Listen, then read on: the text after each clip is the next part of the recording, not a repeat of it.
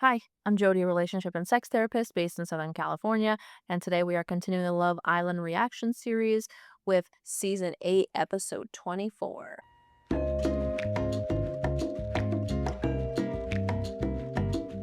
We just left off with the cake challenge. We had Amora and Carl coming back into the villa, so we're kind of picking up from there. And naturally, we had Amora and Carl. They kind of went off with their same-sex friends and caught up with them and chatted and welcome back and blah blah blah blah blah blah. Oh, something really frustrating happened right away. This person is really gonna be losing points with me, but it's Casey. I loved Casey when he came in. He was the guy that didn't get chosen, and then he was with Anaya. They were connecting, and then they seemed really good, and then she was feeling insecure, and he was offering her, and he was doing all nice things. Man, has he taken a turn the past couple episodes since Kasa. I mean, he was showing it a little bit before then. It was a lot of like rolling the eyes and things, and I get it. It was frustrating, and I was being insecure. I understand all that. But he went into like almost like his full villain era during that time, and then as soon as Kasa came out, he fully bloomed. And it is definitely continuing again. I'm pretty sure it's a defense response. I get it, but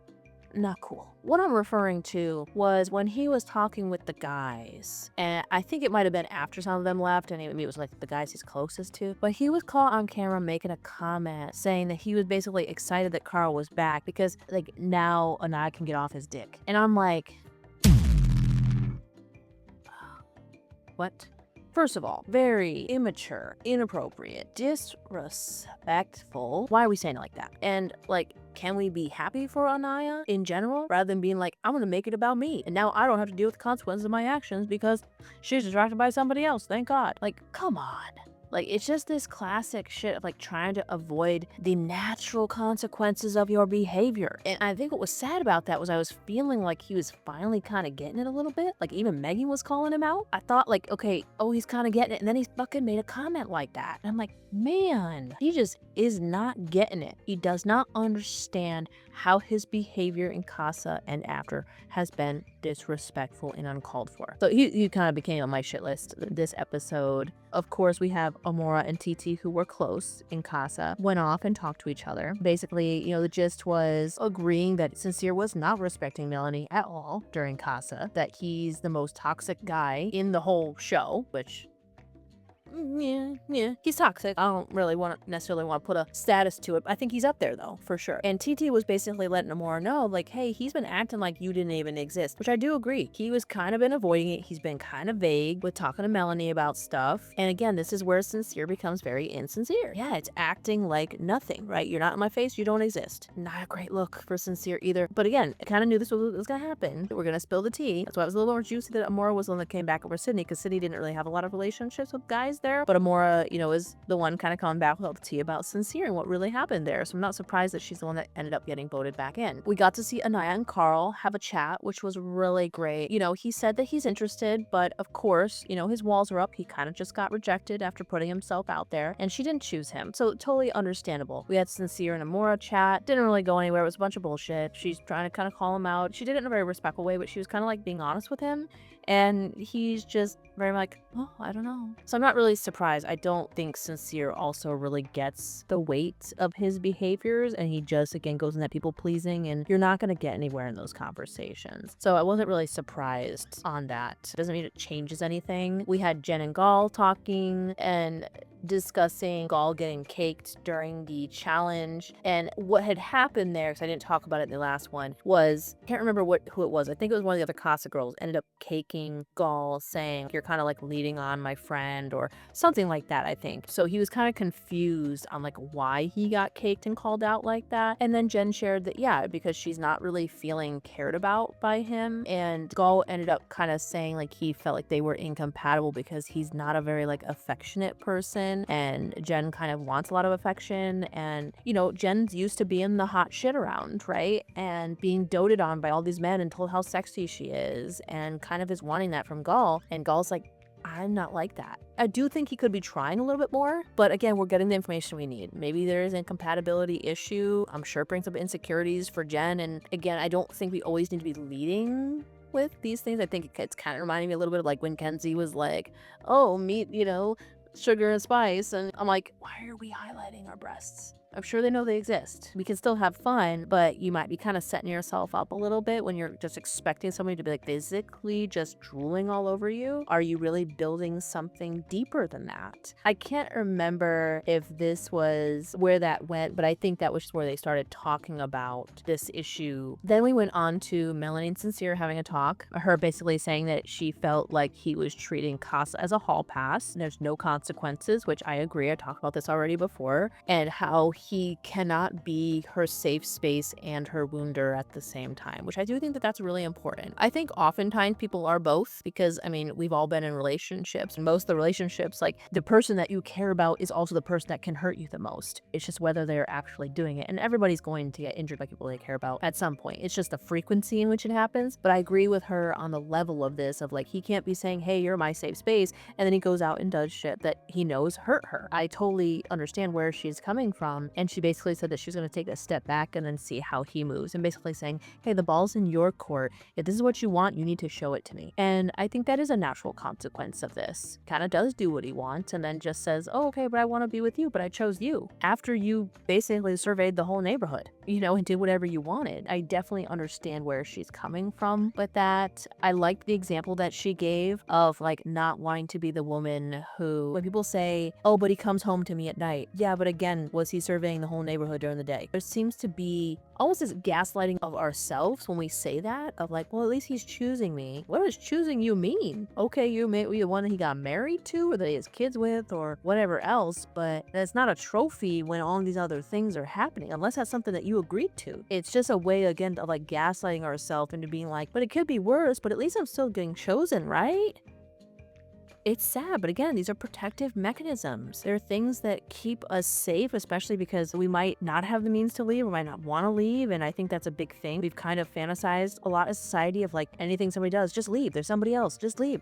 There's always more fish in the sea, and that's just not always a realistic outcome. All it does is make us feel like shit and we're not actually going to do it. So it's more about understanding why people don't leave. And yeah, there's some accountability for leaving, sure, if needed, but I think we can't just go into this, you either leave or I look down on you kind of mindset. That's not really a very healthy thing to do. Moving on, we had Zach and Kada. They had a mature conversation about her hearing like somebody that said like, oh, but Zach wasn't as bad as KC. Kada definitely has started like overthinking things. I understand why she'd be overthinking about this, because that statement does sound like, okay, but he's up there though. Like he was misbehaving, which I don't think was accurate. He definitely was not messing around as much as Sincere, Corbin, Casey. He was above Bryce for sure, but he was still on like the lower end of like really exploring during Kasa. So, but I could understand why when he's telling her I didn't really do anything and she's seeing these things, and then somebody makes a comment like that, well, he wasn't as bad as KC, she's gonna be like, wait, what do you mean? And this is something I see a lot with like infidelities. Like you start to question your reality, and then you kind of have to reality check and get information and things like that to feel safe again. So I understand where she's coming from, and she's definitely kind of looping in her head and like looking at Zach with kind of like sus eyes and being like, okay, I don't know how I'm feeling about, I don't know if I can trust what you said. Other people are saying something else. Can I trust your story? Or are you just kind of trying to get one over on me kind of thing? And Zach really got to see the hurt that she was experiencing, which I think is important. I think people seeing the outcomes of their behavior, a lot of times you don't, or they would try to avoid it. But seeing the outcome of your behavior can be one of the biggest deterrents afterwards, or things that like spark change. Sometimes people just gloss over and they just go numb to it, but